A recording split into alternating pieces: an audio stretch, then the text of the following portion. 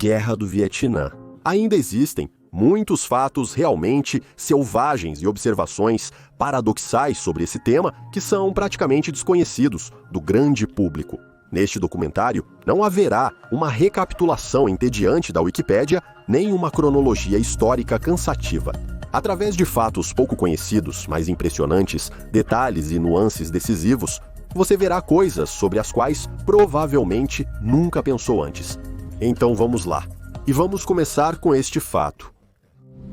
No Vietnã, não houve uma única guerra comum para todos. Lá, aconteciam centenas de guerras diferentes, nas quais não só lutavam, mas 9 em cada 10 militares das unidades não combatentes estavam ocupados com coisas completamente diferentes. Os artilheiros, exceto os observadores avançados, enfrentavam menos risco do que os soldados de infantaria.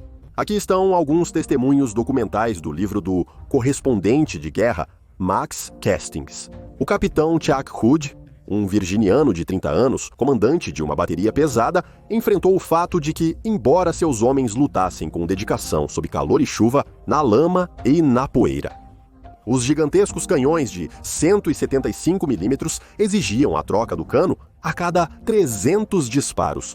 No restante do tempo, o principal problema era o tédio. Eu me esforçava para mantê-los ocupados, a fim de desviar a atenção das aldeias locais e da bebida. Os artilheiros participaram das ações de combate por apenas 1 ano, e a maioria dos oficiais de infantaria ainda menos, somente 6 meses, sendo depois transferidos para lugares mais calmos. O comando militar insistia em períodos mais longos de missões de combate, mas a Casa Branca era contra. Essa limitação permitia suavizar o efeito político, mas era prejudicial do ponto de vista militar. Nas tropas americanas havia poucos soldados realmente experientes, com exceção de alguns que serviam por tempo indeterminado. 2/3 dos militares que estiveram no Vietnã e ganharam o direito de se chamar veteranos de guerra, além de usar a medalha por serviço no Vietnã. E reclamar do seu transtorno de estresse pós-traumático, estavam mais expostos ao risco de morrer no campo de batalha do que ao risco de morrer por overdose de drogas ou por uma doença fatal. A maioria do pessoal técnico e logístico auxiliar serviu em grandes bases.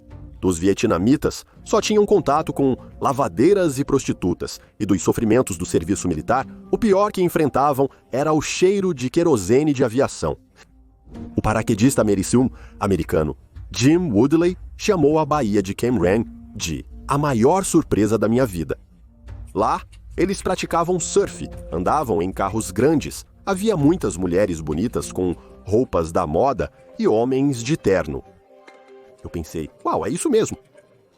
Sim, aqui é muito melhor do que em casa. O operador naval de radar Dwight Brown também descreveu algo parecido.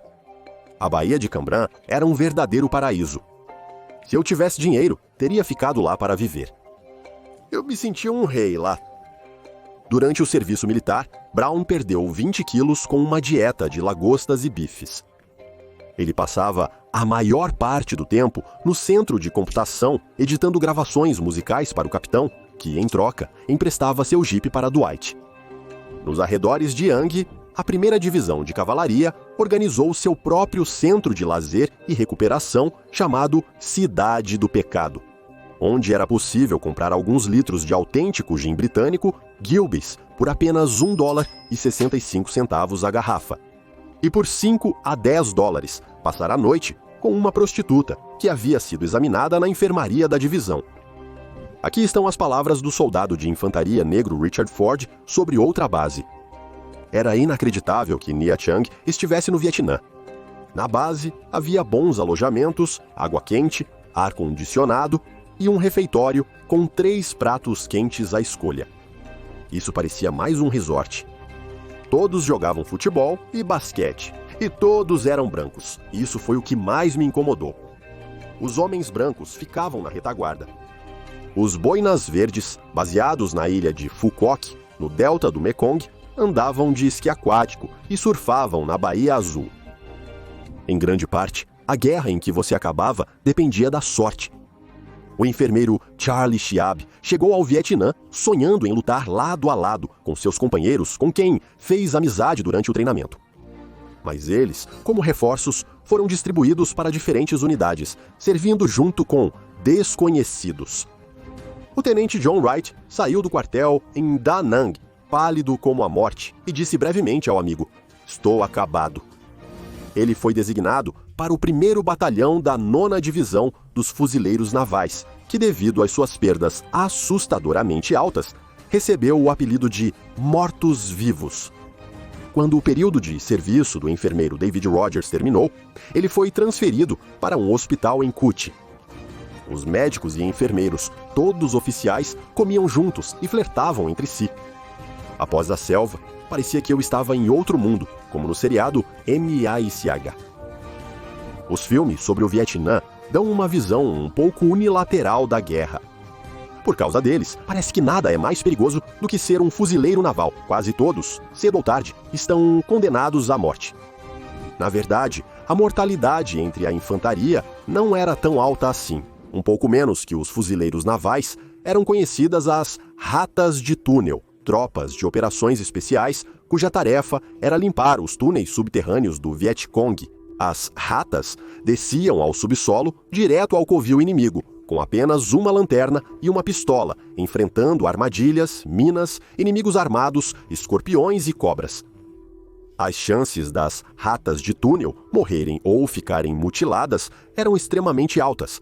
Porém, em termos relativos, os pilotos de helicópteros de reconhecimento sofreram mais perdas do que os fuzileiros navais ou os combatentes de túneis. Os helicópteros leves H-13, semelhantes a bolas de vidro com hélice, sofriam especialmente. As perdas entre eles foram colossais. Quanto aos túneis, isso é uma conversa à parte. Em 1965, a 25ª Divisão de Infantaria dos Estados Unidos da América foi posicionada perto da vila de Cu Chi, nos arredores de Saigon. Quase imediatamente, coisas estranhas e místicas começaram a acontecer no acampamento americano. Apesar da segurança reforçada no perímetro, à noite ouviam-se tiros nas tendas e, pela manhã, encontravam oficiais mortos nelas. Nos arbustos, bem no centro do acampamento, apareciam sombras reais que faziam disparos de verdade e desapareciam sem deixar rastro. Levou cerca de 4 meses para solucionar o mistério. Por uma coincidência, a base da 25ª Divisão estava localizada exatamente acima de uma cidade subterrânea de guerrilheiros. Os guerrilheiros cavaram uma rede inteira de túneis poligonais em vários níveis, com um comprimento total de mais de 200 quilômetros, com várias saídas camufladas para a superfície, com postos de tiro, bunkers, oficinas subterrâneas, depósitos e quartéis por cima, densamente cobertos por minas e armadilhas. Os vietnamitas cavavam túneis rasos para economizar forças e tempo. No entanto, os cálculos eram tão precisos que, mesmo com a passagem de tanques e veículos blindados pesados por cima, ou com o impacto de projéteis de artilharia e bombardeios, as galerias não desabavam e continuavam a servir fielmente aos seus criadores. Até hoje, permanecem preservados em sua forma original os espaços subterrâneos de vários níveis, equipados com escotilhas secretas que fecham as passagens entre os andares. No sistema de túneis, em alguns lugares, foram instalados tampões especiais destinados a bloquear o caminho do inimigo ou impedir a penetração de gases venenosos. Por toda a extensão dos subterrâneos, encontram-se escotilhas de ventilação habilmente escondidas que se abrem para a superfície através de inúmeras aberturas discretas. Além disso, alguns corredores naquela época podiam servir perfeitamente como pontos de tiro, fortificados, o que naturalmente sempre era uma grande surpresa para o inimigo. E mesmo isso era pouco para os vietnamitas. Os túneis e os acessos a eles eram equipados com uma grande quantidade de armadilhas mortais, engenhosas e covas de lobo magistralmente camufladas. Nas entradas e saídas, para maior segurança, eram instaladas minas antipessoais e antitanque. Muitas vezes, durante a guerra, vilarejos inteiros viviam nos túneis, e isso permitiu que os vietnamitas salvassem muitas vidas. Aqui ficavam tanto depósitos de armas e alimentos, cozinhas sem fumaça, hospitais para os feridos, quanto áreas residenciais, quartéis generais improvisados e abrigos para mulheres, idosos e crianças. Mesmo durante as ações militares, os vietnamitas não se esqueciam da cultura e da educação. Em grandes salas subterrâneas eram organizadas aulas escolares, e ali também eram exibidos filmes e realizadas apresentações teatrais. Mas apesar de tudo isso, todo esse mundo subterrâneo era cuidadosamente escondido e camuflado. Um dos quartéis generais estava até mesmo localizado em um tanque americano M40 e 8 capturado. Ele foi colocado em uma cova e enterrado. No tanque funcionava uma estação de rádio e havia eletricidade. Um sistema de túneis de 3 níveis, escavado secretamente em solo argiloso, duro, com ferramentas primitivas, era construído por grupos de 3 ou 4 pessoas.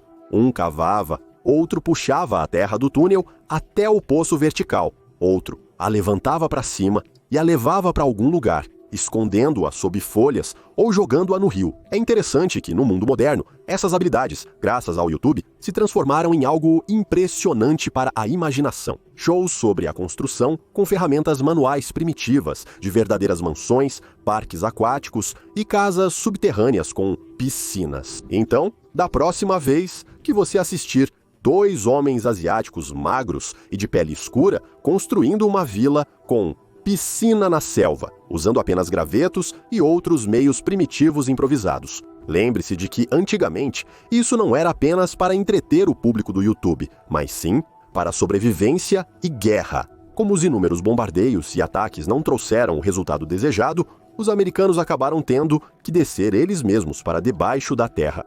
Para os ratos de túnel, recrutavam caras baixos, magros e desesperados, prontos para entrar no desconhecido apenas com uma pistola, onde os aguardavam espaços apertados que mal permitiam respirar, escuridão, minas, armadilhas, cobras venenosas, escorpiões e, depois de tudo isso, se tivessem muita sorte, os guerrilheiros.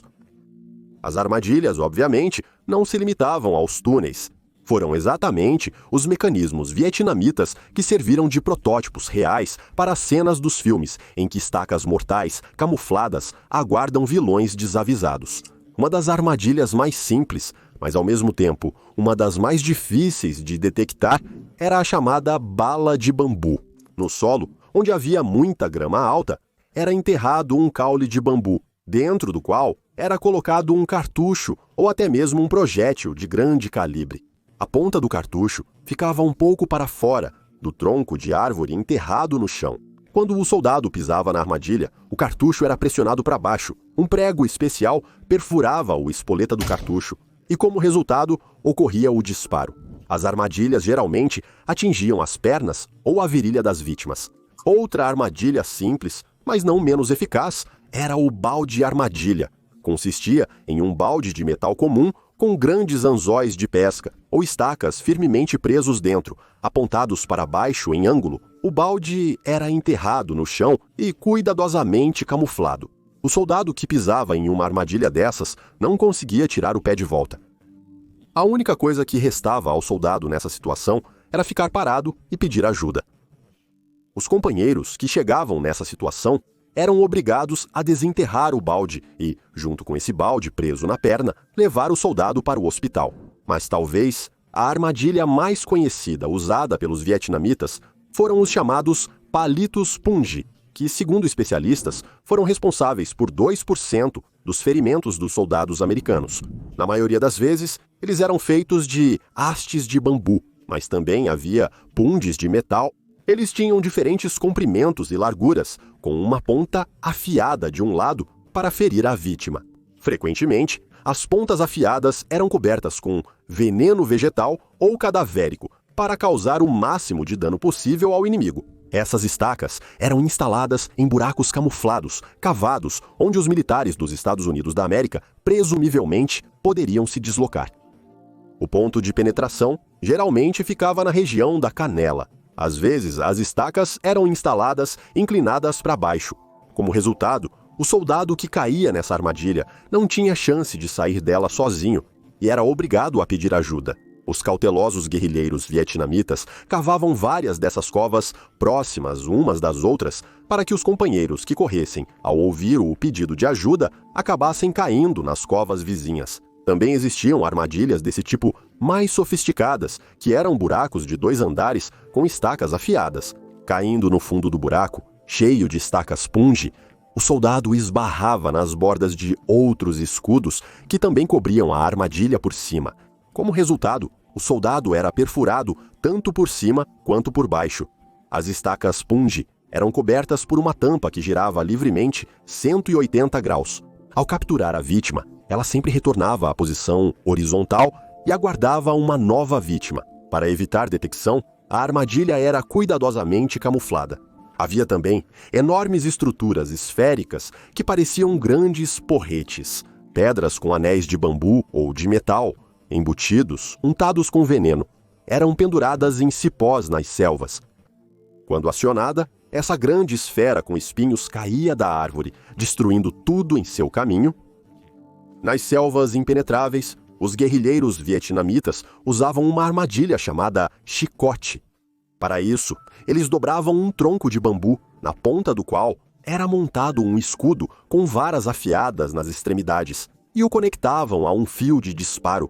Quando acionada, as estacas afiadas golpeavam bruscamente. Uma armadilha semelhante, mas de tamanho menor, era a armadilha bambuzi, que era instalada na porta. Bastava abrir a porta para que um pequeno tronco, cravejado de estacas, voasse em direção à pessoa. Frequentemente, essas armadilhas eram posicionadas para atingir exatamente a cabeça. Quando ativadas, causavam ferimentos graves, por vezes fatais. Além das armadilhas já mencionadas, os guerrilheiros vietnamitas inventaram armadilhas em que o principal elemento letal eram cobras venenosas. Na maioria dos casos, era usada a víbora de bambu. Essa cobra também é chamada de cobra dos 3 passos, pois seu veneno age quase instantaneamente. A víbora de bambu tem um tamanho pequeno, o que facilitava amarrá-la com linha de pesca aos galhos na altura da cabeça. Os guerrilheiros colocavam essa cobra em todos os lugares possíveis, em sacos, caules de bambu vazios, caixas, e também as espalhavam por aí, nas trilhas por onde passavam os soldados americanos, nos túneis subterrâneos. A Kufiá de Lesquoi era amarrada ao teto, e se o soldado americano não a percebesse a tempo, a cobra, enfurecida imediatamente, atacava o visitante indesejado. No entanto, a armadilha mais comum na Guerra do Vietnã era a simples mina terrestre. Mas os vietnamitas não seriam eles mesmos se não tivessem aperfeiçoado esse tipo de armadilha ao seu estilo. Um caule oco de bambu, preenchido com uma mistura de salitre e combustível, era montado como uma granada ou outros explosivos. Essa construção aumentava significativamente o efeito destrutivo. Uma armadilha ainda mais simples do que uma mina de fio foi também inventada no Vietnã. Ela se chamava abacaxi. O princípio era o seguinte: granadas ou outros explosivos eram pendurados nos galhos das árvores. Para que a armadilha funcionasse, bastava apenas tocar nos galhos. Como as operações de combate eram comumente realizadas na selva, os abacaxis eram usados com frequência. A vida na guerra era perigosa, mas tinha um certo exotismo. A equipe de Spetsnaz-A, baseada perto da fronteira com o Camboja, usava elefantes para transportar cargas. Os dorsos dos animais eram cobertos com bandeiras estreladas e listradas que serviam como sinal de identificação para a aviação americana. Havia também outro tipo de exotismo, não humano. O Esquadrão Americano de Forças Especiais Tigre se especializava no combate a guerrilheiros. Qualquer método era usado, até mesmo os mais sujos e cruéis. Em 2003, o correspondente Michael Salla publicou dados anteriormente secretos da época da Guerra do Vietnã. O Exército dos Estados Unidos da América investigou os crimes de guerra do Esquadrão Tigre e concluiu que a maioria dos rumores era verdadeira.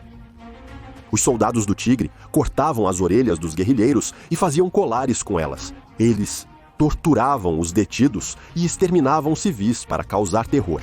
Os moradores locais eram forçados a desminar campos minados, correndo por eles sob a mira de metralhadoras. A investigação de Michael Salla causou uma forte repercussão pública, mesmo após tantas décadas. No entanto, no final, ninguém foi punido. O tribunal concluiu sobre o destacamento em geral, sem mencionar nomes específicos. Outro fato desagradável sobre aquela guerra é a origem da palavra frag. Os estudantes de hoje que usam a palavra frag dificilmente imaginam quão selvagem é a história por trás dela. É uma abreviação da expressão granada de fragmentação. Com o tempo, Foi assim que passaram a chamar o assassinato do próprio comandante durante a Guerra do Vietnã.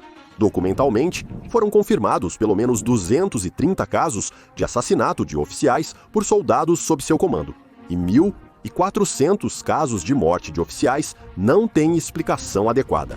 No entanto, pesquisadores e veteranos da Guerra do Vietnã acreditam que isso é apenas a ponta do iceberg e, muito provavelmente, milhares de ataques semelhantes permaneceram desconhecidos e não solucionados, e o número de casos não documentados foi de pelo menos 5.000. Drogas e álcool, geralmente, desempenhavam um papel determinante na realização dos crimes.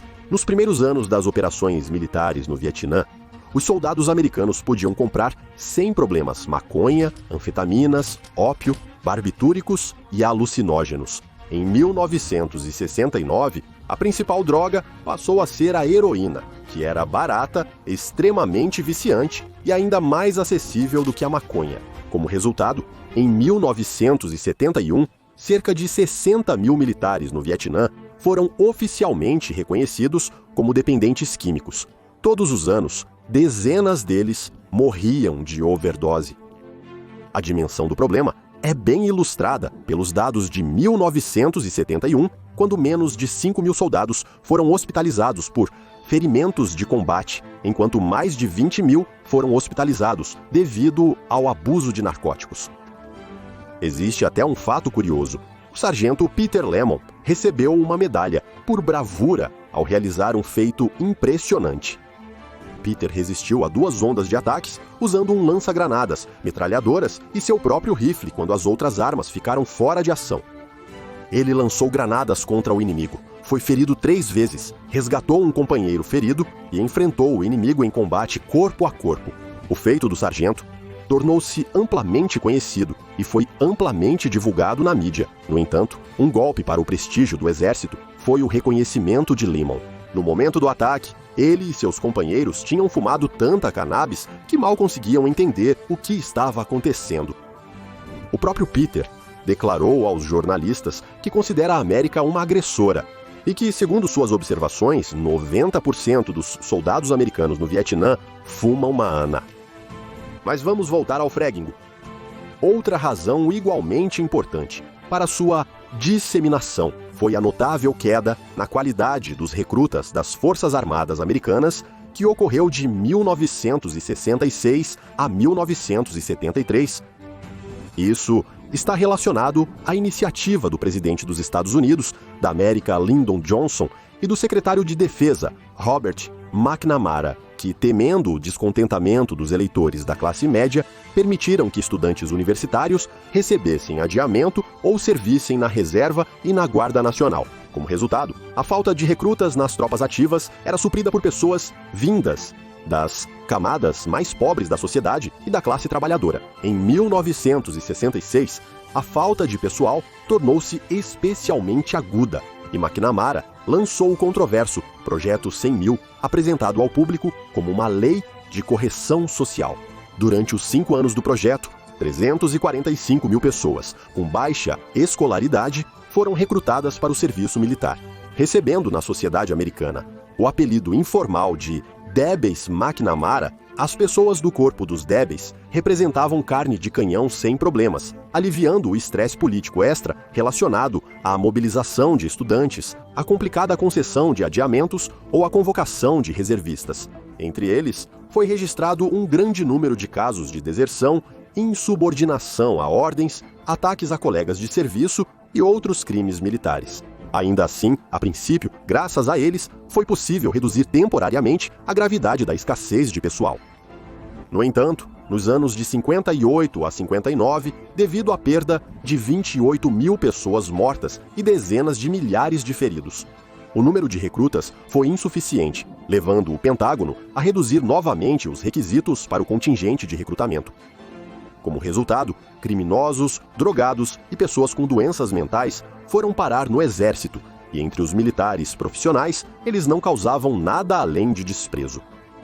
O comandante do Corpo de Fuzileiros Navais dos Estados Unidos, da América, Louis Wilson, sem hesitar, os chamava de escória da sociedade. O general William Westmoreland ficou horrorizado com a presença de indivíduos mentalmente incapazes, criminosos e despreparados nas fileiras militares nos últimos anos da Guerra do Vietnã. McNamara é, na verdade, uma figura histórica muito interessante. Ele era economista e um prodígio da matemática, pensava em termos de números e quantidades. Como ministro da Defesa dos Estados Unidos da América durante o governo de vários presidentes, ele foi um dos arquitetos da estratégia militar na Guerra do Vietnã, propondo megaprojetos para uma vitória certa. No entanto, esses projetos fracassaram. McNamara sobreviveu a um atentado e se tornou símbolo de uma guerra sem sentido e desumana. Outro projeto fracassado desse tecnocrata foi a linha McNamara. Era uma barreira eletrônica com 160 milhas de comprimento atravessando o Vietnã, da fronteira com o Laos até o mar, idealizada pelo chefe do Pentágono para conter a infiltração de tropas no Vietnã do Sul vindas do Norte. Mas cálculos matemáticos e milhares de sensores eletrônicos na selva não foram suficientes para deter os soldados vietnamitas descalços e os caminhões enferrujados e amassados carregados de munição. Os camponeses locais utilizaram o milagre eletrônico para fabricar bolsas, sandálias, equipamentos de pesca e outros produtos úteis no cotidiano, segundo eles. Para isso, usaram os fios retirados da linha McNamara. As rotas de abastecimento do Vietnã, do norte para o sul, não foram neutralizadas. Esse caminho foi chamado de Trilha Ho Chi Minh. A Trilha Ho Chi Minh teve um papel decisivo para a vitória do Vietnã do Norte. Durante a Guerra do Vietnã, ela foi usada para transportar armas, munições e combustível para o território do Vietnã do Sul. Claro, isso não é apenas uma trilha. Esse complexo de rotas terrestres e aquáticas, com mais de 20 mil quilômetros de extensão, se espalhava pelos territórios do Camboja e do Laos. Aliás, esse nome tem origem americana, enquanto os próprios vietnamitas chamavam esse local de Trilha Chong Son, em referência à cadeia de montanhas. Os americanos nomearam o sistema de rotas em homenagem ao primeiro presidente da República Democrática do Vietnã, ideólogo e fundador da Frente Nacional de Libertação do Vietnã do Sul. Foi essa organização comunista, sob a liderança de Ho Chi Minh, que iniciou a revolta contra o presidente do país e deu início à longa guerra em 1957, no território do Vietnã do Sul. Uma guerra de guerrilha eclodiu, iniciada pelos rebeldes contra o presidente eleito Ngo Dinh Diem. Quase 2 anos após o início dos confrontos armados, as autoridades do Vietnã do Norte decidiram apoiar os rebeldes. Para isso, foi reunido um destacamento armado de transporte, cuja missão era organizar o fornecimento contínuo de equipamentos militares para o Vietnã do Sul. O primeiro corredor de transporte foi traçado pela zona desmilitarizada entre o norte e o sul, mas logo foi descoberto e destruído. A nova rota, que mais tarde ficou conhecida como Trilha Ho Chi Minh, contornava a zona desmilitarizada e passava pelo território do Laos. Naquela época, o Laos estava em meio a uma guerra civil. As regiões fronteiriças eram controladas pelos comunistas laosianos que simpatizavam com os rebeldes do Vietnã do Sul e não impediam a passagem do transporte por suas terras. O segundo país por onde a trilha passava, parcialmente, era o Camboja, que oficialmente declarou neutralidade, mas concedeu amplos poderes ao exército norte-vietnamita e permitiu o uso de seu território. Durante a guerra, a trilha Ho Chi Minh foi expandida, transformando-se em uma rede ramificada de várias estradas principais e trilhas estreitas paralelas entre si. Ao longo da extensão, estações de transbordo foram construídas para descanso dos soldados nos batalhões de transporte. A maior parte do caminho passava por florestas e selvas, por isso permanecia completamente invisível do ar. Todos os objetos eram camuflados, a estrada protegida por um sistema de defesa antiaérea, incluindo metralhadoras de grande calibre. Para o transporte de cargas, inicialmente eram usados carregadores a pé e elefantes, mas logo eles foram substituídos por caminhões de carga. Nas regiões do norte do Vietnã, do sul, predomina a paisagem montanhosa, por isso não havia muitos lugares convenientes para a saída do oleoduto. Nesses pontos, grandes batalhas aconteciam constantemente. Camboja e Laos mantinham neutralidade formal, impossibilitando tropas americanas de cruzar suas fronteiras para destruir a trilha de Ho Chi Minh. Uma unidade especial foi criada para operações secretas na zona neutra, realizando o reconhecimento e instalação de sensores de movimento, sabotagem e captura de prisioneiros. Em 1964, os militares americanos foram autorizados a realizar operações de combate no Laos. A trilha era regularmente bombardeada e tentaram destruí-la com o uso de armas climáticas. O exército do Vietnã do Norte sofreu perdas colossais, mas os americanos nunca conseguiram bloquear completamente essa artéria. Tanto os americanos quanto os vietnamitas concordam que a trilha Ho Chi Minh teve um papel decisivo na vitória do Vietnã do Norte. Pesquisadores confirmam que, desde 1968, o poder militar dos insurgentes do Vietnã do Sul dependia exclusivamente dos suprimentos vindos da parte norte do país. O Exército Regular do Norte travou todas as principais batalhas, e tanto o equipamento militar quanto os soldados chegavam às regiões do Sul diretamente pela trilha. Se o lado oposto tivesse conseguido cortar esse corredor, o desfecho da guerra poderia ter sido completamente diferente. Após a saída dos militares americanos, a trilha foi reequipada e aprimorada em 1975, transformando-se em uma estrada larga e utilizável o ano todo, com quase 8 metros de largura. Também foi construído aqui um oleoduto, com cerca de 2.000 quilômetros de extensão e uma linha de telecomunicações. E naquela guerra, havia um verdadeiro exército de propagandistas. Desde o início da operação, o quadro de propagandistas só no exército terrestre contava com mais de 1.000 pessoas, sendo que 118 delas dominavam perfeitamente o idioma vietnamita. Depois da guerra na Coreia, os americanos organizaram um sistema de pressão psicológica no Vietnã em uma escala ainda maior. Ao todo, foram lançados mais de 50 bilhões de panfletos, ou seja, cerca de 1.500 panfletos para cada habitante do Vietnã do Sul e do Norte. Ninguém mais tentava convencer os comunistas de que seu caminho era utópico, para semear pânico e desespero nos corações dos habitantes da cidade de Hanoi. A cidade vizinha de Phu, junto com todos os seus moradores, foi apagada da face da terra pelos bombardeiros americanos. Para causar impacto psicológico, os americanos usaram amplamente meios de destruição que provocavam graves lesões corporais, dores intensas e choque, em particular napalm, bombas de fragmentação e elementos letais em forma de flecha. Além disso, a aviação pulverizou herbicidas e outros produtos químicos tóxicos sobre as selvas do Vietnã para destruir a vegetação e toda a vida nas selvas. O solo e a vegetação nos locais de pulverização ainda contêm concentrações elevadas de substâncias nocivas à saúde humana. Nas transmissões de rádio e panfletos, os americanos assustavam a população com novos e mais intensos ataques aéreos. O método de aviso prévio sobre os bombardeios iminentes era amplamente utilizado. Esse método era especialmente eficaz nas áreas próximas às aldeias destruídas e às cidades, pois seus habitantes podiam ver por si mesmos os resultados dos bombardeios. Durante o período de combates ativos na Indochina, só a aviação lançou bombas com peso de cerca de 8 milhões de toneladas, quase 3 vezes mais do que a aviação americana lançou em todos os frontes durante os anos da Segunda Guerra Mundial. Pela primeira vez, os propagandistas americanos usaram tão amplamente a mitologia do inimigo em suas transmissões de rádio e mensagens orais.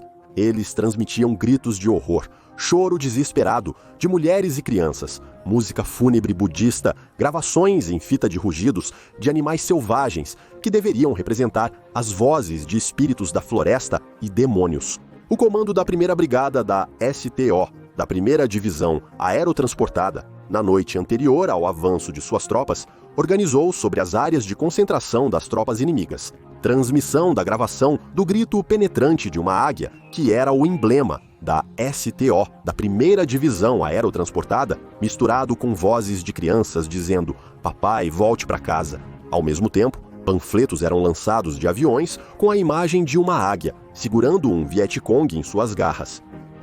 No verso do panfleto estava escrito o seguinte texto: "Cuidado, Vietcong.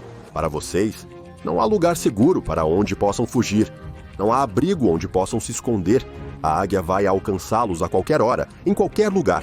Sem aviso, ela traz a morte inevitável. Também prepararam uma mensagem para os supersticiosos vietnamitas sobre almas errantes. Os americanos estudaram as crenças populares deles, segundo as quais os mortos em combate devem ser enterrados na terra dos ancestrais. E se isso não acontecer, as almas vagarão pela terra, o que, segundo os costumes vietnamitas, é inaceitável.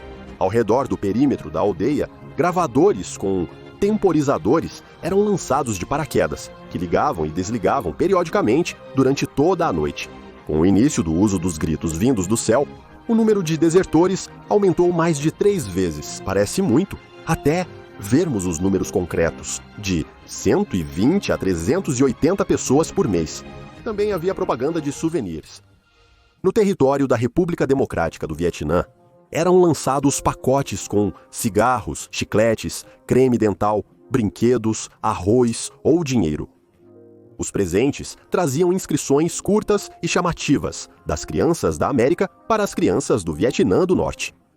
Nos primeiros 14 meses da guerra, entre a população do Vietnã, foram distribuídos 8 milhões de comprimidos de vitaminas, 29 mil escovas de dente, pentes e lápis, num valor total de 4 milhões de dólares. Praticava-se o pagamento de recompensas em dinheiro por armas entregues, informações de inteligência, bem como por desertores trazidos, 24 dólares por soldado e 2.100 dólares por comissário político. Ambos os lados também usaram o tema da atenção feminina na propaganda visual. Um exemplo típico desse tipo de material é uma fotografia colorida de uma bela garota vietnamita com o texto rimado: "Eu sou uma garota do campo. Se você for um Vietcong, eu nunca vou te amar." Houve algum resultado de todas as direções dessa propaganda? Acredita-se que, durante o período das hostilidades, cerca de 250 mil vietnamitas passaram voluntariamente para o lado do inimigo. Segundo cálculos de especialistas meticulosos, os gastos do exército americano para matar um vietnamita eram em média de 100 mil dólares. Enquanto isso, apenas 125 dólares eram necessários para convencer um vietnamita a mudar de lado para os Estados Unidos da América. É verdade que, entre esses cálculos em dólares, há outros também. Por exemplo, após a queda de Saigon, em 1975, as tropas americanas organizaram uma evacuação em grande escala das forças restantes e dos vietnamitas aliados. A operação recebeu o nome de Vento Forte e, durante ela, em apenas um dia, 7 mil pessoas foram evacuadas. No entanto, tudo foi feito com tanta pressa que o espaço no convés era catastroficamente insuficiente. Os refugiados acabaram preferindo os helicópteros, que eram jogados do convés, para liberar espaço. As imagens dos helicópteros sendo jogados para fora do porta-aviões se tornaram o símbolo mais famoso da derrota na Guerra do Vietnã.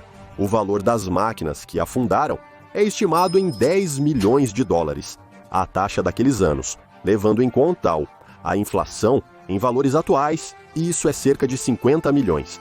Outra operação trágica de evacuação diz respeito às crianças. A Operação Baby Lift, criada para salvar órfãos, acabou se tornando uma catástrofe.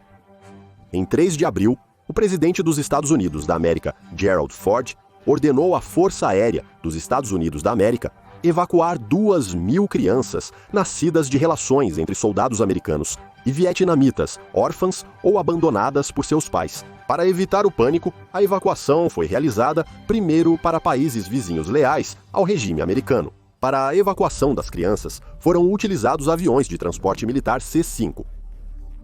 O primeiro voo de Saigon caiu poucos minutos após a decolagem, tirando a vida de 155 pessoas, a maioria das quais eram crianças. Mas apesar da tragédia, a operação continuou. No auge da guerra no Vietnã, voluntários resgatavam crianças órfãs, inclusive bebês, e as colocavam em aviões. Os menores eram colocados em caixas de papelão, que eram presas aos assentos.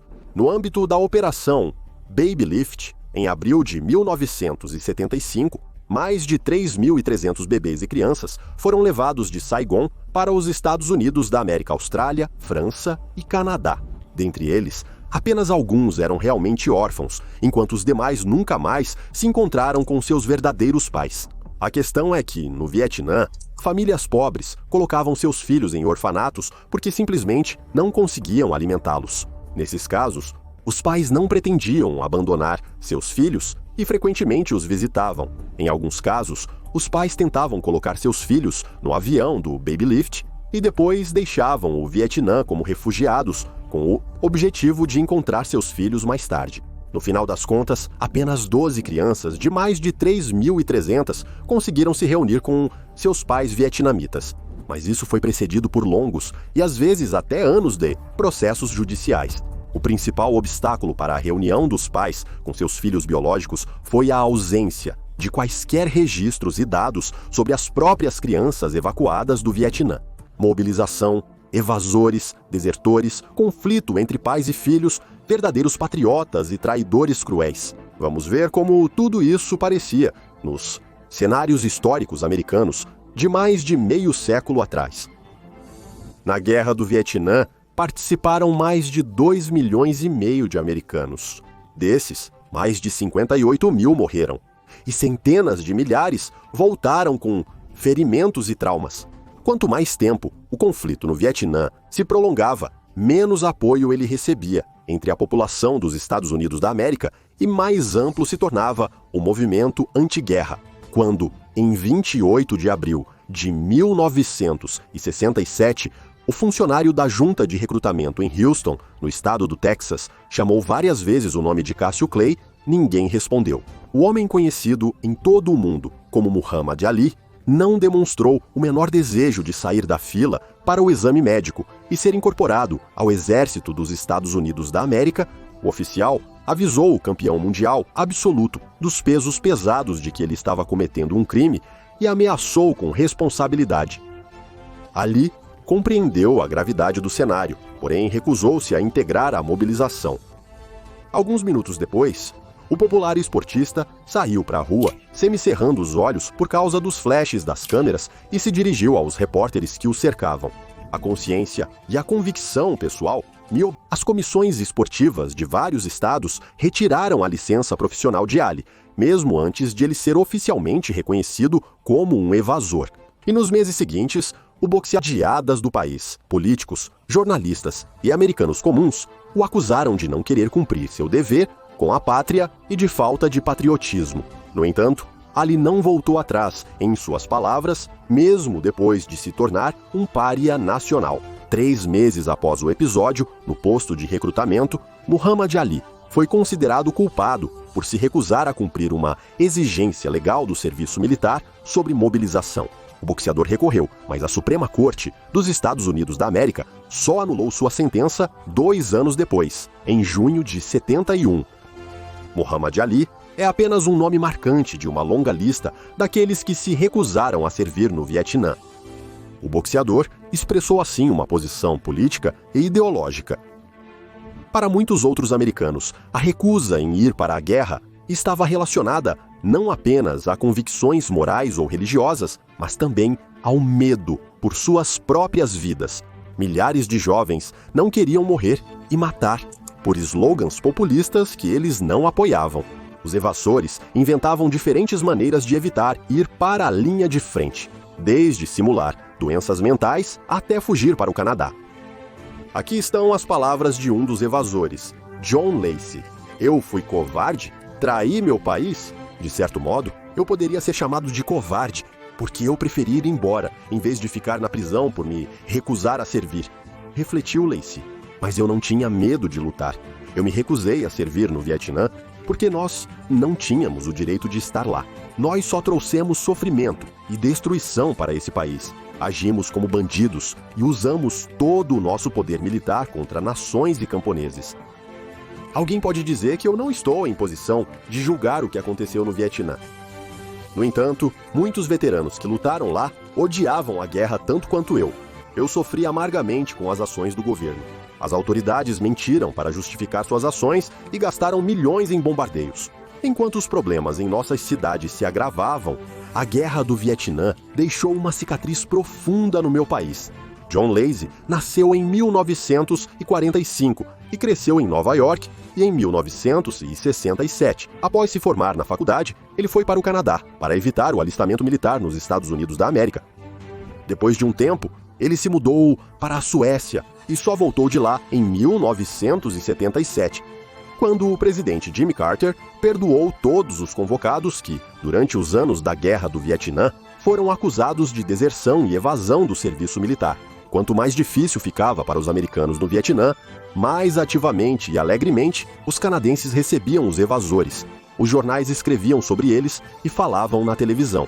Os fugitivos dos Estados Unidos e os canadenses que os recebiam concordavam que consideravam a guerra imoral e que recusar-se a participar dela era uma necessidade moral. No entanto, as relações entre os americanos que se escondiam do alistamento e os canadenses que os recebiam nem sempre eram ideais.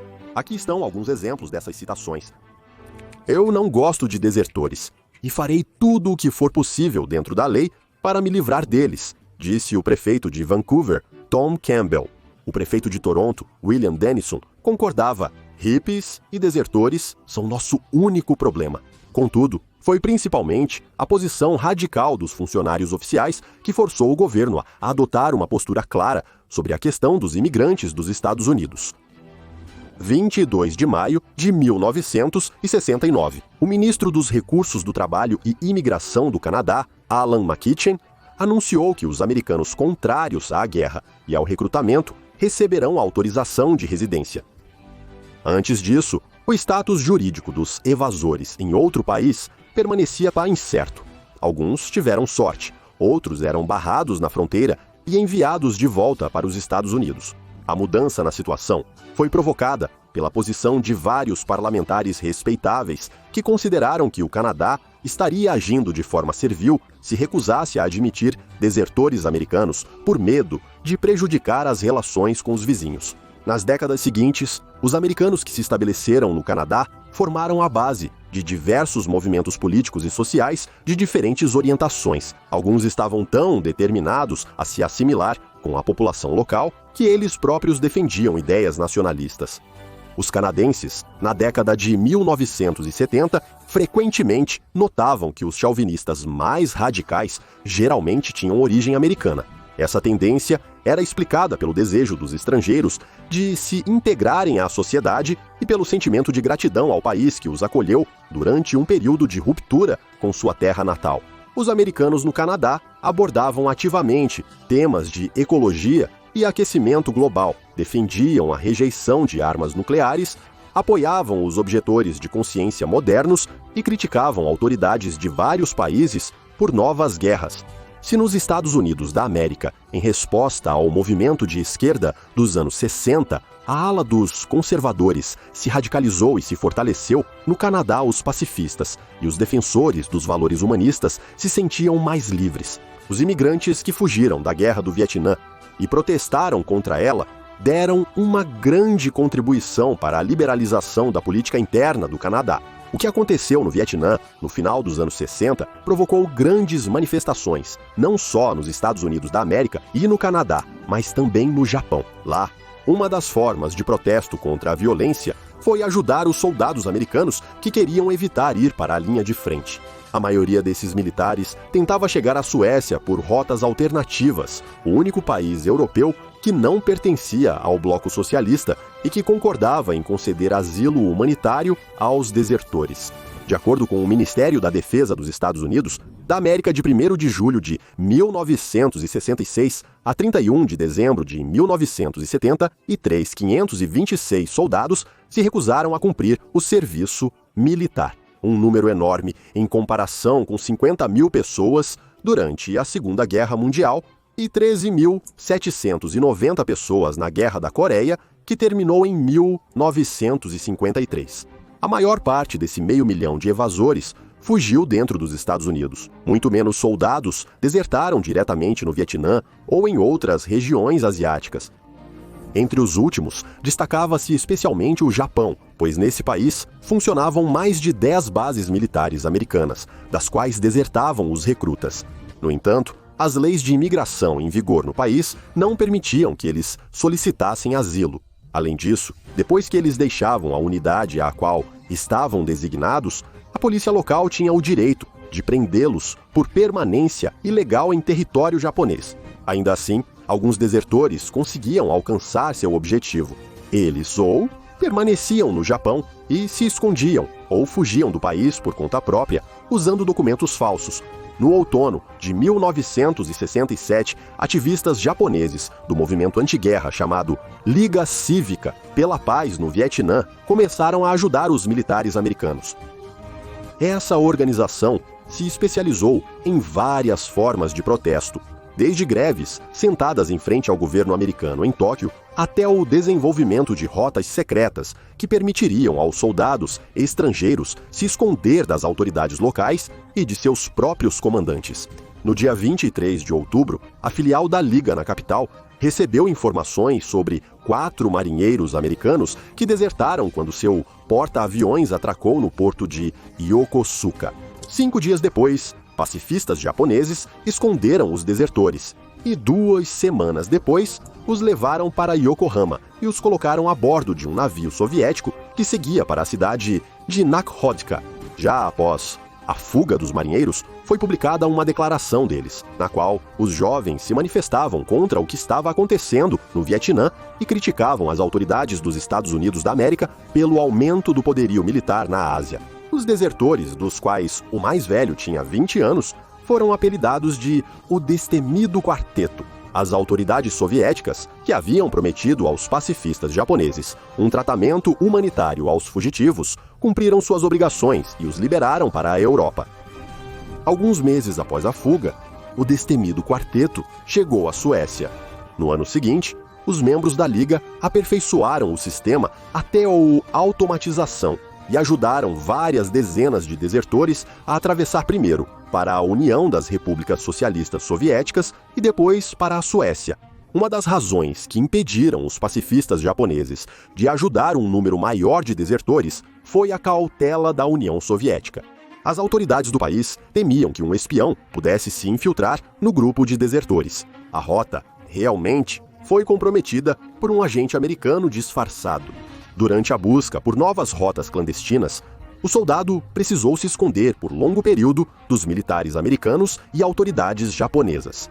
Isso levou a organização a praticamente congelar suas atividades. No entanto, ela estava longe de ser a única força no Japão que se opunha ao conflito militar com a participação dos Estados Unidos da América em seu continente.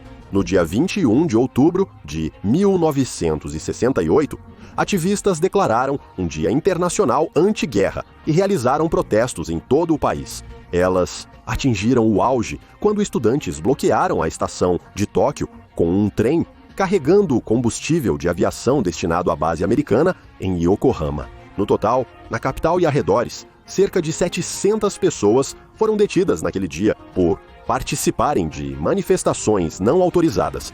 As prisões em massa provocaram novos protestos em todo o mundo. Na França, o presidente Charles de Gaulle chegou a ameaçar os trabalhadores em greve com a imposição da lei marcial. No Japão, estudantes bloquearam universidades até início de 1969, quando policiais em helicópteros lançaram gás lacrimogêneo contra os manifestantes.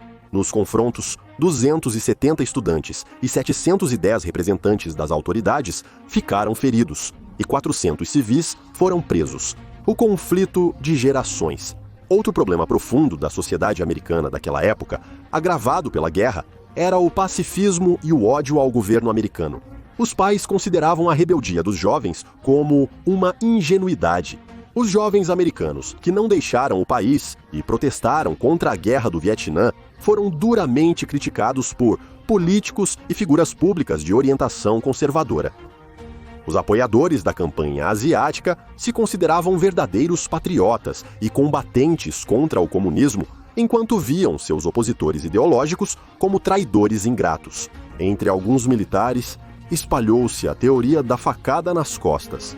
Eles associavam os fracassos do exército americano não à resistência do inimigo, mas à sabotagem e deserção da Quinta Coluna. Assim, paralelamente à Guerra do Vietnã, outra guerra se desenrolou nos Estados Unidos, entre os jovens e os velhos que governam este país. Além de inúmeras celebridades, de Muhammad Ali ao músico Bob Dylan, milhares de jovens americanos declararam discordar das ações das autoridades. Para a geração que viveu a Segunda Guerra Mundial e muitas vezes considerava a experiência de combate como o principal critério de masculinidade, eles permaneciam apenas como agitadores, influenciados pela propaganda soviética, pode-se dizer, agentes estrangeiros. Alguns recrutas fugiam e se escondiam do alistamento no interior, enquanto outros protestavam abertamente contra a agressão militar sancionada pelo Estado, mesmo que esse comportamento ameaçasse com pena de prisão ou envio para a linha de frente. Em 64, ocorreu a primeira queima em massa de convocações. E em 67, o ativista David Harris inspirou seus companheiros a devolverem as convocações ao comissariado militar, junto com cartas explicando que os jovens americanos não queriam participar da violência. Alguns me chamavam de desertor, mas eu não estava fugindo de nada, explicava Harris. Não me escondia das consequências. Como resposta à verdade que eu contava, me mandaram me apresentar à unidade militar. Usando nuances burocráticas para adiar essa visita, ajudei a fundar o movimento Resistência, que organizava ações de desobediência civil. Vivíamos no carro, íamos de campos em campos, fazíamos discursos e procurávamos pessoas que se indignavam com o mal que dominava nosso povo. O grupo de Harris oferecia consultoria a todos os interessados em questões de alistamento, independentemente de planejarem se esconder da mobilização ou se apresentar conforme convocação. Ativistas distribuíam panfletos em frente às juntas militares, incentivando jovens a voltarem para casa, escondendo os que evitavam o alistamento e roubando arquivos com dados. Em janeiro de 68, Harris foi preso por se recusar a obedecer à exigência prevista na lei do serviço militar obrigatório. E na audiência, alguns meses depois, o juiz se recusou a anexar ao processo o discurso do réu sobre por que a guerra contradiz seus princípios morais. Harris acabou sendo um dos 3.250 americanos condenados a penas reais por se recusarem a servir no Vietnã. O esportista viajava pelo país e contava aos estudantes por que decidiu recusar o serviço, apesar das acusações e da perseguição. Alguns me viam como um herói, recordava Ali. Alguns diziam que eu estava agindo errado, mas tudo o que eu fazia de acordo com a minha consciência. Entre os convocados, havia muitos que não protestavam publicamente contra a guerra, mas tentavam ser considerados inaptos para o serviço militar. Alguns jovens falavam sobre pensamentos sagrados ou simulavam distúrbios mentais. Outros, por alguns dias, recusavam-se a comer e se transformavam em esqueletos vivos, cobertos de pele. Tudo isso para conseguir a anotação no prontuário. Um dos que se recusaram a servir foi para as montanhas e viveu como eremita, por 6 anos numa casa na árvore. A região nordeste da Nova Inglaterra foi apelidada de Pequena Canadá, devido ao grande número de jovens que se escondiam do exército nas densas florestas da área. Em 1973, o exército passou a ser baseado em contrato. Em 1974, o presidente Ford anunciou uma anistia parcial para os que se recusaram a servir. E em 1975, a guerra terminou. Aliás, mesmo em meados dos anos 70, muitos americanos conservadores condenavam a guerra não porque ela fosse imoral e tivesse destruído milhares de vidas de seus compatriotas, mas porque o seu governo não foi capaz de vencer. A maioria dos cidadãos deixou de apoiar a guerra não porque perceberam que ela era um erro, mas porque toda a empreitada acabou sendo um fracasso sem esperança. De uma forma ou de outra, a Guerra do Vietnã, na consciência coletiva, deixou de ser uma luta ideológica pelo futuro da humanidade e se transformou em uma tragédia para diferentes povos e indivíduos. Os desertores passaram a ser vistos como pessoas que resistiram ao Estado que optou pela violência, e não mais como covardes. Ideias anti-guerra já existiam antes do conflito, e com o recrutamento, elas se fortaleceram, tornando-se um movimento unificado. Celebridades, estudantes, veteranos hippies, participantes do movimento pelos direitos civis, feministas, organizações religiosas, o movimento operário e muitos outros foram envolvidos nos protestos anti-guerra nos Estados Unidos. Depois dos bombardeios ao Vietnã do Norte, em 1965, professores e alunos das universidades americanas passaram a realizar seminários anti-guerra no lugar das aulas regulares. O movimento pela paz logo tomou as ruas. Em 1967, foi formado o Comitê Nacional de Mobilização pelo Fim das Ações Militares pelos principais ativistas anti-guerra. Foi esse comitê que organizou a Marcha ao Pentágono. Esse protesto, ocorrido há 55 anos, tornou-se uma espécie de culminação dos protestos nacionais contra a guerra no Vietnã. Na manifestação que ocorreu em Washington, participaram cerca de 100 mil pessoas. Aqui está, por exemplo, a famosa fotografia que recebeu o nome de O Poder das Flores. O manifestante George Harris coloca um cravo no cano de um fuzil. Ela foi indicada ao Prêmio Pulitzer de 1967. Das memórias de um dos organizadores do comício, Bill Zimmerman, nós protestamos durante 3 anos e muitas vezes sentíamos frustração por não termos influência sobre a política. Ficou claro que estavam nos ignorando. Assim que a guerra se intensificou, sentimos que precisávamos fortalecer nosso protesto. No Memorial Lincoln, houve um comício onde participaram figuras proeminentes do movimento anti-guerra, músicos e artistas. O Washington Post escreveu sobre os manifestantes. Havia hippies e donas de casa, veteranos e pacifistas mais velhos, mas a esmagadora maioria eram estudantes universitários ou alunos do ensino médio. Após o comício no Memorial Lincoln, uma multidão de 30 a 50 mil pessoas se dirigiu à sede do Departamento de Defesa dos Estados Unidos da América, onde foi recebida por soldados da 82ª Divisão Aerotransportada. Das memórias de Bill Zimmerman. Quando vi aquilo, fiquei maravilhado. Eu percebi que conseguimos passar do protesto para a resistência. Provavelmente, esse foi o primeiro caso no mundo, exceto talvez por Gandhi na Índia, em que 50 mil pessoas estavam prontas para praticar desobediência civil. Os manifestantes não tinham um plano de ação unificado. Claro, se não contarmos como planos as ideias selvagens e extravagantes. Um dos inspiradores do protesto, Abby Hoffman, animando o público e os companheiros de ideias, falava sobre a intenção de levantar o Pentágono a 300 pés do chão com a ajuda de energia psíquica coletiva e mantê-lo lá até que a guerra no Vietnã terminasse. Seu companheiro, Allen Ginsberg, entoava cantos tibetanos, enquanto o artista Michael Bowen trouxe 200 libras de flores e as distribuiu para a multidão. Alguns oradores atribuíam ao Pentágono um significado ocultista devido à semelhança da arquitetura do edifício com uma pentagrama, conclamando a expulsão das forças malignas de lá. As diagonais do Pentágono formam uma pentagrama e os pontos de interseção das diagonais em um pentágono regular são pontos da proporção áurea. O pentágono parece ser composto por um número infinito de pentágonos menores que se formam nos pontos de interseção das diagonais. Aliás, o pentágono regular com uma pentagrama inscrita é um símbolo da união sagrada de Pitágoras. Alguns pesquisadores sugerem que o pentágono é apenas a parte visível de um dodecaedro oculto sob a Terra. No entanto, realizar um projeto desse tipo provavelmente seria tecnicamente impossível. Platão, aliás, considerava esse corpo geométrico ideal. O grande filósofo afirmava que foi justamente esse que Deus usou como modelo para criar o universo. Falaremos mais sobre esse edifício em outro episódio. Agora, voltemos aos protestos. Milhares de manifestantes estavam sentados na grama ou na calçada, bem na frente dos soldados, que formaram uma barricada humana bloqueando a entrada do Pentágono. Os mais radicais derrubaram a cerca temporária e tentaram invadir o prédio.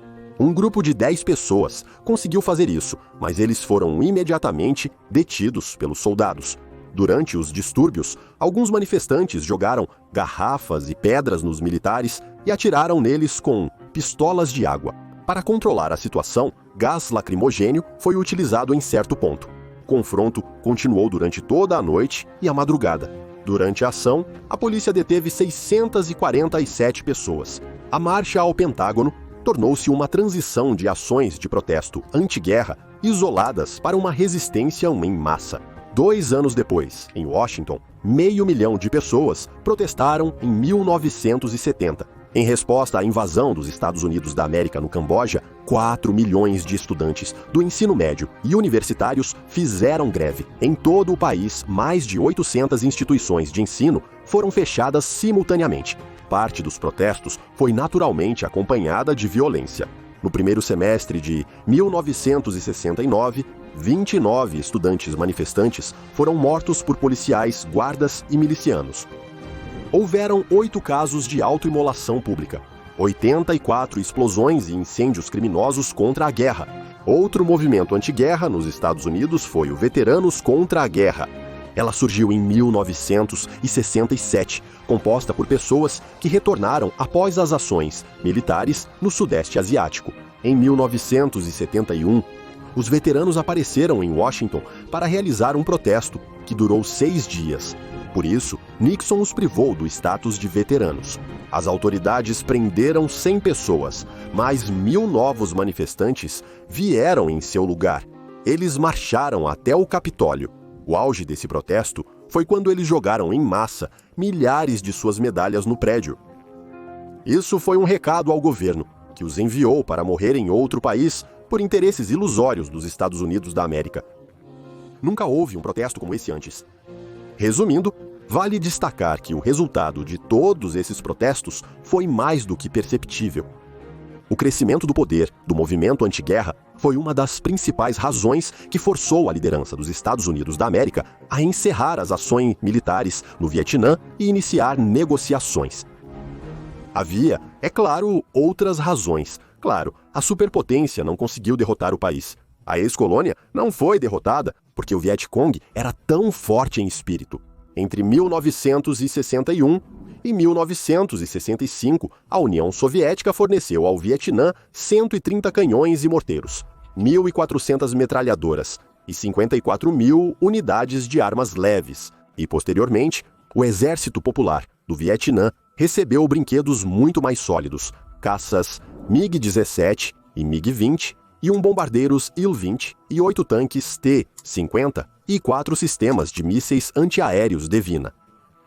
Aliás, esse apoio custou caro para a economia soviética. Kosygin acreditava que a ajuda ao Vietnã custava cerca de 1,5 milhão de rublos por dia, sendo que, naquela época, o dólar valia menos que o rublo. E, claro, especialistas militares, quantos eram ao todo? Existe uma resposta para isso. De acordo com os dados da Direção Operacional do Estado-Maior-Geral das Forças Armadas da União das Repúblicas Socialistas Soviéticas, mais de 6.000 oficiais e 4.500 sargentos e soldados, totalizando pouco mais de 10.000 pessoas. Os especialistas militares não corriam pela selva com metralhadoras em punho. Seu trabalho era bem diferente desse tipo de ação. Primeiramente, eles organizaram um eficiente sistema de defesa antiaérea para os vietnamitas. No início, foram os especialistas militares soviéticos que derrubaram os aviões americanos.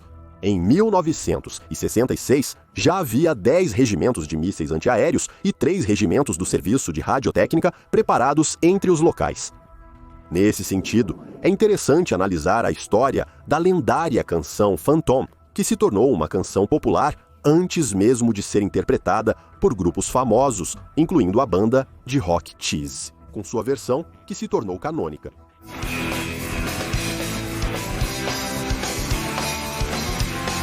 Inicialmente, a canção chamada Meu Phantom foi escrita em 1966 por cadetes do primeiro ano da Escola Superior de Aviação de Defesa Antiaérea de Armavir. Lá existem esses versos. Aquele piloto que me derrubou, um vietnamita. Eu perguntei. Respondeu pra mim aquele homem de olhos puxados que comandava o interrogatório. Foi o nosso piloto Lizidsin que te derrubou? Isso realmente aconteceu? Quanto ao sobrenome, aqui tudo é simples. Isso é uma referência a um conflito anterior à Guerra da Coreia. Ivan Nikitovich Kojedub também brincava dizendo que lutou na Coreia sob o nome de Lizidsin, mas na verdade o pseudônimo de Kojedub era Krylov, e essa piada já circulava desde o final dos anos 30. Naquela época, pilotos soviéticos realmente lutaram ao lado do Exército Popular de Libertação da China contra as tropas japonesas sob os nomes de Wang Yushin, Li Cixin, Li Si Tsinhu Benho, Kubenko. Quanto às cenas espetaculares dos filmes Top Gun, ou seja, especificamente das batalhas aéreas de caças, então, o Ministério da Defesa do Vietnã ainda não retirou o sigilo dos arquivos após 1960 e teremos que esperar muitos anos por esse momento. A única informação disponível hoje sobre as perdas soviéticas é uma lista de 9 pilotos que morreram no Vietnã. Fontes dos Estados Unidos da América mostram um quadro mais detalhado, no qual os combates aéreos estão documentados, pelo menos em parte, nas operações bem-sucedidas para os Estados Unidos da América, por exemplo, a operação com o codinome Bolo. A essência da operação era que os caças F-4 deveriam imitar o comportamento de um grupo aéreo composto por F-100 e 5 que eram considerados presas mais fáceis para os MiGs. Dessa forma, os MiGs vietnamitas deveriam cair na armadilha. É preciso dar o devido crédito aos americanos. Em 2 de janeiro de 1967, o plano deles funcionou. Para a interceptação aérea, enviaram MiG-21 e os pilotos dos Phantoms, usando a superioridade numérica e o fator surpresa, engajaram-se em combate com eles. Segundo a Força Aérea dos Estados Unidos da América, 7 caças da República Democrática do Vietnã foram abatidos. Essa batalha aérea é tida como uma das maiores da guerra. Acredita-se que os pilotos dos MiGs eram vietnamitas, pois os ases soviéticos ocupavam cargos oficiais como conselheiros e instrutores. Mas há outro fato em comum. Os pilotos dos Estados Unidos da América conseguiam identificar os pilotos soviéticos no Vietnã em questão de segundos. Os pilotos soviéticos eram reconhecidos por apenas uma característica. Não se trata apenas de os combatentes vietnamitas da guerra de guerrilha se perderem nos painéis dos sistemas antiaéreos e nos manches dos caças modernos. Ela surgia por causa de sua compleição magra. Naquela época, o vietnamita médio tinha o porte físico de um adolescente europeu ou americano magro de 12 a 13 anos. Por causa dessa magreza, os pilotos vietnamitas tinham dificuldade em suportar as forças G inevitáveis na cabine de um caça.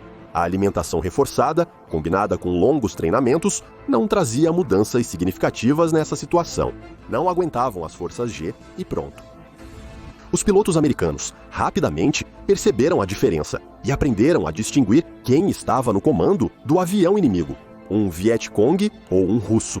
Se durante uma manobra brusca, com fortes forças G, as asas do avião tremiam e o piloto hesitava por um segundo, perdendo a consciência, isso indicava que era um vietnamita na cabine.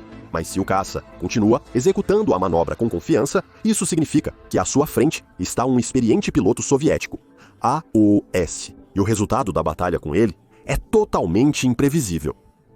Ele pode sair da linha de ataque com uma sobrecarga insana, ou então, nas melhores tradições do Top Gun, no limite das capacidades da aeronave, acabar ficando na cauda do atacante. Por isso, os pilotos americanos preferiam não entrar em combates aéreos com seus colegas soviéticos e, sempre que possível, evitá-los. Mas, na verdade, os duelos aéreos, apesar de sua beleza heróica, espetáculo e da popularidade dos filmes com Tom Cruise, não tiveram um papel decisivo nos céus do Vietnã. Para os Estados Unidos da América, o que realmente importava eram os trovões retumbantes, o nome de código dos bombardeios da República Democrática do Vietnã pela aviação americana durante a Guerra do Vietnã. A operação foi realizada de 1965 por quase 5 anos e é considerada o bombardeio mais longo desde o fim da Segunda Guerra Mundial. Do lado da União Soviética, participou das ações de combate no Vietnã o 64º Corpo de Aviação de Caça, que incluía tanto unidades de aviação quanto unidades antiaéreas. A estatística aproximada dos combates aéreos em relação aos aviões inimigos abatidos é a seguinte: a aviação de caça abateu cerca de 300, o sistema de mísseis antiaéreos ZRK-2NA cerca de 1.000 e a artilharia antiaérea cerca de 2.000. Durante todo o período da guerra no Vietnã, os aviões MiG-20 e 1 realizaram cerca de 1.300 missões de combate, e as perdas foram as menores em comparação com aeronaves de outros tipos. É importante ressaltar que os pilotos vietnamitas também tiveram baixas, inclusive por fogo amigo de seus próprios sistemas antiaéreos. Entre 1966 e 1968, os vietnamitas derrubaram 6 de seus próprios caças MiG-21. Em dezembro de 1972, durante a defesa contra um grande ataque a Hanoi, uma divisão de mísseis derrubou 31 bombardeiros B-52. Isso se tornou um dos golpes mais sentidos para os americanos. Depois disso, eles decidiram assinar em Paris o acordo sobre a suspensão dos bombardeios ao Vietnã e a retirada de suas tropas, sob as condições do lado vietnamita. Se resumirmos tudo isso, podemos destacar o seguinte: na verdade, os especialistas militares soviéticos criaram para os vietnamitas um exército moderno, com tanques, aviação e artilharia antiaérea. No futuro, esse tipo de ajuda levou à retirada do exército dos Estados Unidos da América do Vietnã e, anos depois, à queda do Vietnã do Sul. Compartilhe sua opinião sobre o assunto. Agradecemos por assistir e até os próximos episódios.